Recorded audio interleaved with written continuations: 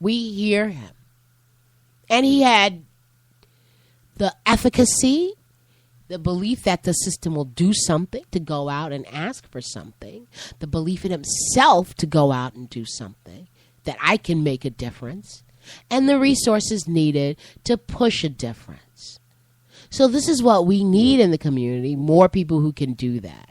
Not just, expecting the people, the elected officials, to do what we need. We have to be in their face. And if the case in this situation. Now, one more thing, and then I'm going to let you get back to your soapbox. I appreciate you sitting back and letting me speak for a second. I'm looking at the statistics here on race and discipline. In 2011-2012 academic year, the district students experienced clear racial disparities in out-of-school suspensions. Overall, Columbia High School suspension risk was 10.7%.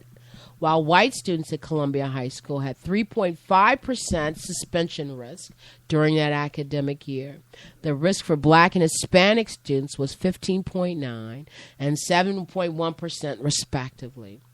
This makes black students over 4.5 times more likely to face out-of-school suspension than white students, and 1.5 times more likely to be suspended than the overall student population. Black students, 4.5 times more likely to face out-of-school suspension than white students.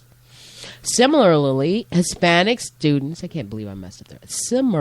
Similarly, Hispanic students are over twice as likely to face out-of-school suspension as their white peers. The risk is higher for males and females. At Columbia High School, the overall out-of-school suspension risk for males is 14.2%. Black males have a 21.2% suspension risk. Hispanic males have 12.5% suspension risk, and white males have a 5.9% suspension risk. Black females have a 12.2%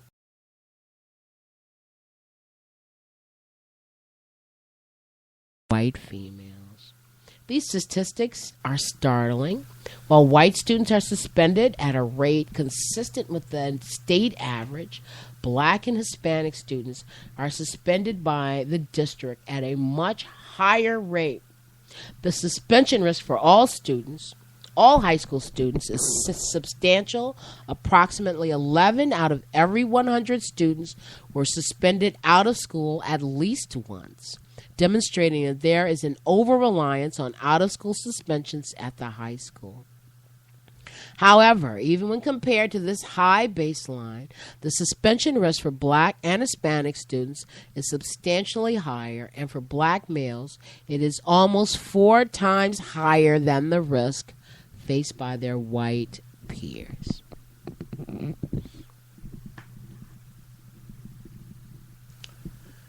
I'd like to know what the infractions are. I'd really like to know that. Someone came by yesterday telling me about a situation street by a male. I wonder if this is one of these people that's in this lawsuit. And the guy was suspended, and the girl came back to school. When he came back from suspension, he was still in the same class with this girl. Then, since he couldn't bully her, he got other girls to bully the same girl. And the girl is now placed out of district for her own safety. When they place them out of district, where do they place them? I mean, in whatever neighboring community will take them, and then the district has to pay for the transportation. You can go like to Melbourne? You can go to Melbourne. Well, send me to Melbourne, man. I don't know. I mean, well, then that depends on if you would want a place to be placed in a predominantly white community that's not your own. Well, is it a black kid? Yes, it is. Okay. Or you can send me to KIPP Academy. Well, I mean, there's KIPP Academy. There's no send KIPP Academy around here. I mean, not unless it's in in Newark. Okay. It's in Newark. So you would want to go to a charter school? Yeah, give me the KIPP Academy. Well, I'm sure you could probably do that. Yeah. Or I take Newark Academy. Yeah, well, yeah, okay. If you're going to suspend me, place me out of district. Well, you know what I mean? See, it's like, again, and having discussions with people, I have learned that, I mean, there's just so many stories. There's so many stories. And people have sued the district. A lot of the, budget is reserved for lawsuits. So you've got two, at least maybe one, I think it's two attorneys that are on the payroll. And then there's the payout to the people who have sued the district. I've heard of a white parent who sued the district because their child was special ed. And because the child was special ed, they didn't know how to place that kid because he was white. And so he wasn't given the resources that he needed, and the district got sued and is paying for this kid to go to a private school somewhere in another state, maybe, or even homeschool. So, it's just, I understand this lawsuit, but I'm saying that many people feel that they are not represented or are getting jerked around. Many people feel that. So it's not perfect. It's not, it's adequate at best. It's an adequate district, an adequate school system. And there's just so many variables here, Anselm, that, the issue that I'm in the regular level and it's okay. There's that too. I got the solution. It's a simple solution. And your solution is what? To put everybody in an AP class? No. Get rid of levels. Get rid of levels. Okay? Just as and I've said this in the past. And I've said this in the past. And that's what I'm telling you. This report, I think Walter may have took some of the stuff that I told him and put in the report. Because I've said it over and over. Blow up levels, get rid of it, okay? And you can find a way to put kids that are closely associated with each other from an academic standpoint. Closely associated. And I guarantee you, there are still going to be kids that are going to be left behind. You're not going to bring those kids up. Those kids are going to do bad anyway. You can try your best with those kids, but they're going to do bad anyway. But I guarantee you, the majority of the kids who supposedly are in the lower levels going to want to bring their standards up to a higher level. And I give this analogy. I give this example. In track and field, you have a relay. You know what? I was just reading about this leveling thing, and they said people always try to use a sports analogy when talking about tracking. Because it is. But it's not analogous. Yes, it is. It's not analogous. But you go ahead and give your analogy. Let me give you the analogy. It's a perfect analogy. Perfect. And I can... Go ahead. I'm listening. And I can testify to this. On a relay, you have 4 individuals. And normally, you take the 4 best or 4 fastest runners. Okay? Most of the time, there may be 10 runners in that same event.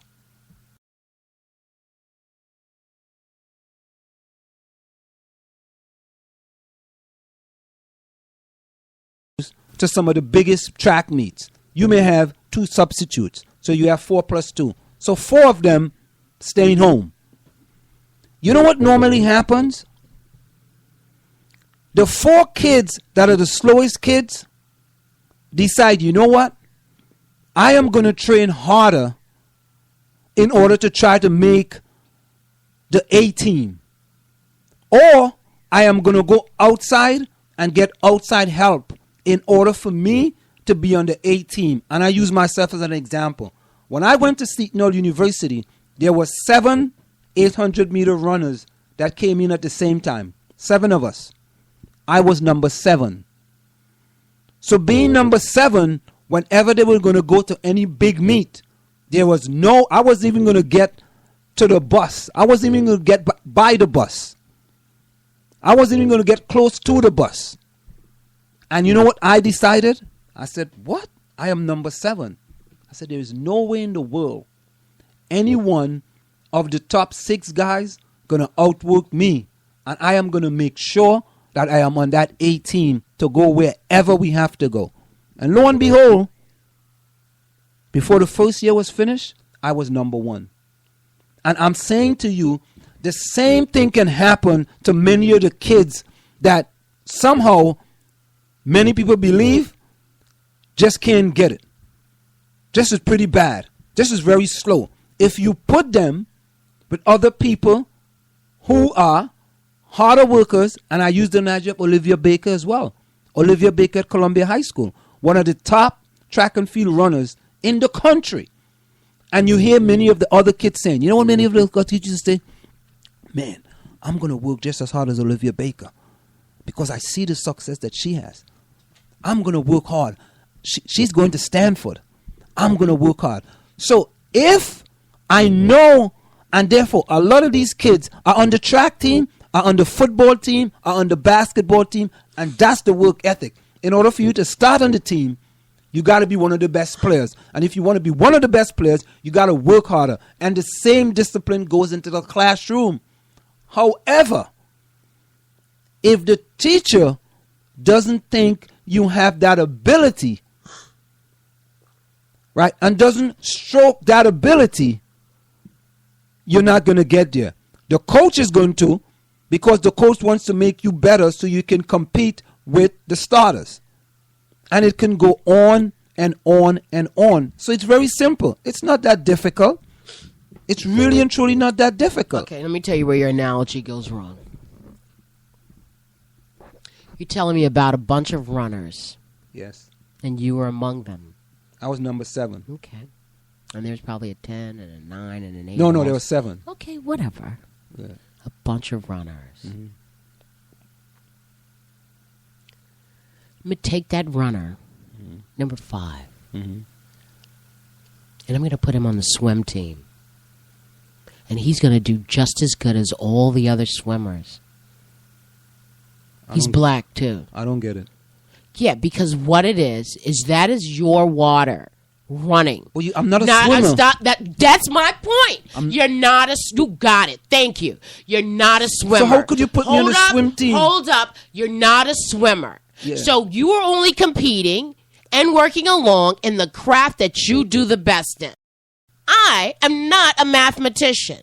So if somebody says, listen, I'm going to put you in calculus and you're going to just do your best, that is not my thing. See, hold up. That is not my thing. Well, if I just sit with Sarah and Priyanka, I'm sorry, I have to dig up names from classes I've had, and Adeline, if I just sit with them, I'll be better in calculus. But I'm not a calculus person. I hate math. But I can definitely do some English and some social studies, and I'm...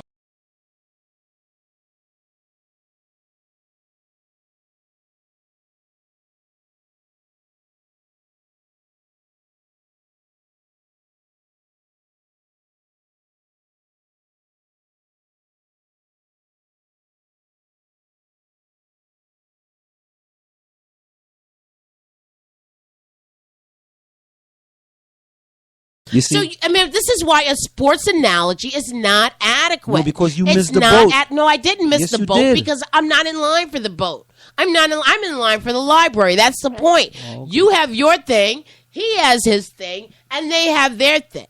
And that's the way it is. So to say that everybody should be an AP calculus. I never said that. No, but you're saying we have to, if you have a heterogeneous, hold on, honey, if you have a heterogeneous classroom, we're going to put everybody. And I have somebody here, this kid here reads at a second grade level, and I should put him in the same class as an AP student who reads at grade level. Where did you get that? Because that's what a heterogeneous class is. I never said AP classes. I never said that. So what do you do? So there's no levels or differences among classes.